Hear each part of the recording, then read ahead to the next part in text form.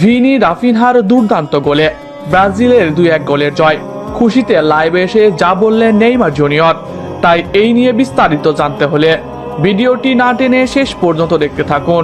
আর আপনি যদি আমাদের চ্যানেলে নতুন হয়ে থাকেন তাহলে এখনই সাবস্ক্রাইব করে রাখুন। আর ইতিমধ্যে সাবস্ক্রাইব করে থাকলে আপনাকে অসংখ্য ধন্যবাদ। আজ নিজেদের ঘরের মাঠে সকাল 6:45 মাঠে নামে সেলেসাওরা।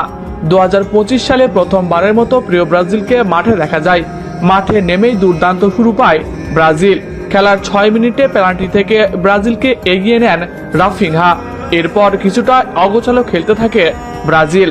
সেই সুযোগে 41 মিনিটে গোল পরিশোধ করে কলম্বিয়ার হয়ে গোলটি করেন দিয়াজ। এর ফলে 1-1 সমতায় নিয়ে প্রথমার্ধ শেষ করে দুই দল। দ্বিতীয়ার্ধে নেমে নিজেদের গুছিয়ে নিতে ব্যস্ত থাকে ব্রাজিল, তবে কাঙ্ক্ষিত গোল পাচ্ছিল না তারা।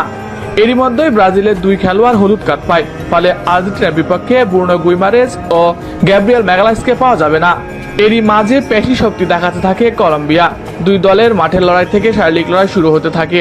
আর এই জন্যই হয়তো নেইমারকে দলে রাখেনি ব্রাজিল। কলম্বিয়া বরাবরই প্রতিপক্ষের খেলোয়াড়দের আক্রমণ করে খেলে, আর আজকেও তা প্রমাণ করে দিল তারা। তবে ভিনি তার খেলা হয়তোবা তুলে রেখেছিল ম্যাজিক দেখানোর জন্যই।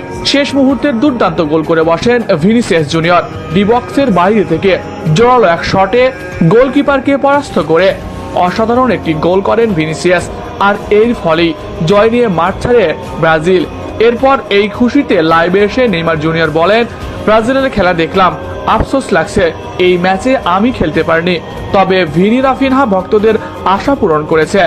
বিশেষ করে ড্র হতে যাওয়া ম্যাচ শেষ মিনিটে ভিনি যেভাবে গোল করে ব্রাজিলকে এগিয়ে নিলেন, এটা সত্যিই অসাধারণ, অবিশ্বাস্য। আমি জানি ভিনি কি মাপের খেলোয়াড়। ভিনি যে কোনো সময় এভাবেই ব্রাজিলকে জিতিয়ে দেওয়ার মতো ক্ষমতা রাখে। ব্রাজিল এমনই একটা দল, ব্রাজিল সময়ের সেরা দল। এ দলে রয়েছে ভিনির মতো তারকারা।